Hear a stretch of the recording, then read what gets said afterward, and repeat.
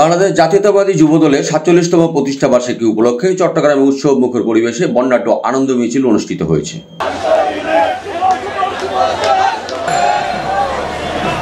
২৭শে October দুপুরে নগরের আমবাগান এলাকা থেকে শুরু হয়ে ওয়াসার মোড়ে গিয়ে শেষ হয় এই আনন্দ মিছিল।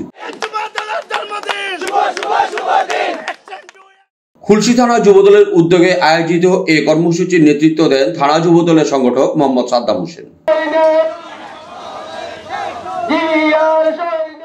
মিছিল শুরু হওয়ার আগে সংক্ষিপ্ত সমাবেশে তিনি বলেন, শহীদ রাষ্ট্রপতি জিয়াউর রহমানের আদর্শ ও বিএনপির ভারপ্রাপ্ত চেয়ারম্যান তারেক রহমানের দিক নির্দেশনায় যুবদল আজ গণতন্ত্র পুনরুদ্ধারে আন্দোলনে অগ্রভাগে রয়েছে।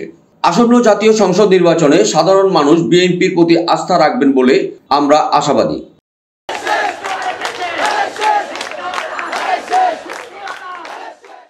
আনন্দ মিছিলে অংশ নেন খুলশী থানা যুবদল, ওয়ার্ড যুবদলের শতাধিক নেতাকর্মী। বাংলাদেশ জাতীয়তাবাদী যুবদল চট্টগ্রাম মহানগর পক্ষ থেকে সবাইকে জিআই সংগ্রামী শুভেচ্ছা ও আসসালামু আলাইকুম।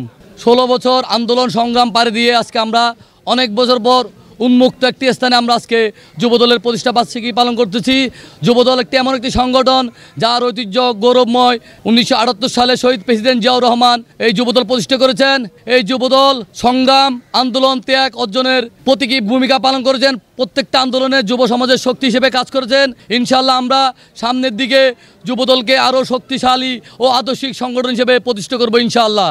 এবং আমরা সামনের যে নির্বাচন, এই নির্বাচনে যুব শক্তি হচ্ছে যে আগামীর বাংলাদেশ। এই যুব শক্তিকে নিয়ে আমরা মোশাররফ হোসেন দ্বিতীয় এবং খুলশী থানা যুবদলের আহ্বায়ক হেলাল হোসেনের নেতৃত্বে আমরা আগামী নির্বাচনে ইনশাআল্লাহ আমাদের ধানের শীষ প্রার্থীকে বিজয়ী করব ইনশাআল্লাহ। পতাকা, ফেস্টুন ও ব্যানারে সজ্জিত মিছিলটি টাইগার পাস হয়ে ওয়াসার মোড় গিয়ে স্লোগানে মুখরিত ছিল। Desk report, news day 24।